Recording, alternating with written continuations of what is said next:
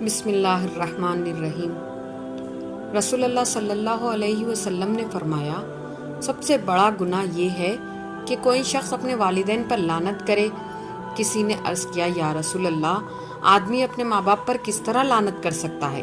آپ نے فرمایا، ایک آدمی دوسرے کے باپ کو گالی دے تو وہ اس کے ماں اور باپ کو گالی دے گا۔ درخت اپنے پھل سے پہچانا جاتا ہے۔ مصیبت کی جڑ اور بنیاد انسان کی گفتگو ہے۔ انسان صوم و صلات سے نہیں بلکہ معاملات سے پہچانا جاتا ہے۔ ایک دوسرے سے دوستی رکھنا آدھی عقل ہے۔ مصیبت میں گھبرا جانا کمال درجے کی مصیبت ہے۔ بہترین سکون یہ ہے کہ خدا کی اطاعت پر خوش رہو۔ جو شخص ناراض ہو جانے پر راز ظاہر کر دے وہ کمینہ ہے۔ جب عقل پختہ ہو جاتی ہے تو باتیں کم ہو جاتی ہے۔ زیادہ مت ہنسو، زیادہ ہنسنا بے وقوفی کی علامت ہے۔ جس کام کو کرنے کی طاقت نہ ہو اسے اپنے ذمے مت لو۔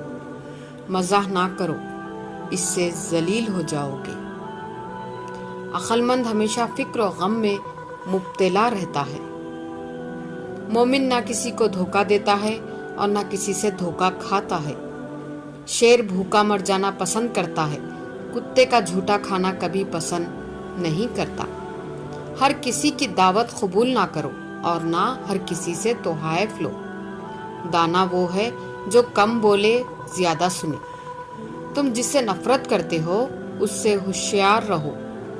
جو عقل مند جاہلوں سے لڑے وہ عزت کی توقع نہ رکھے۔ منافقت کی دوستی سے کھلم کھلا عداوت بہتر ہے۔ نا اہل کی تربیت کرنا ایسا ہے جیسا گیند پر اخروٹ رکھنا۔ دل ایک ایسی چیز ہے جو ہر امیر کے پہلو میں نہیں ہوتا۔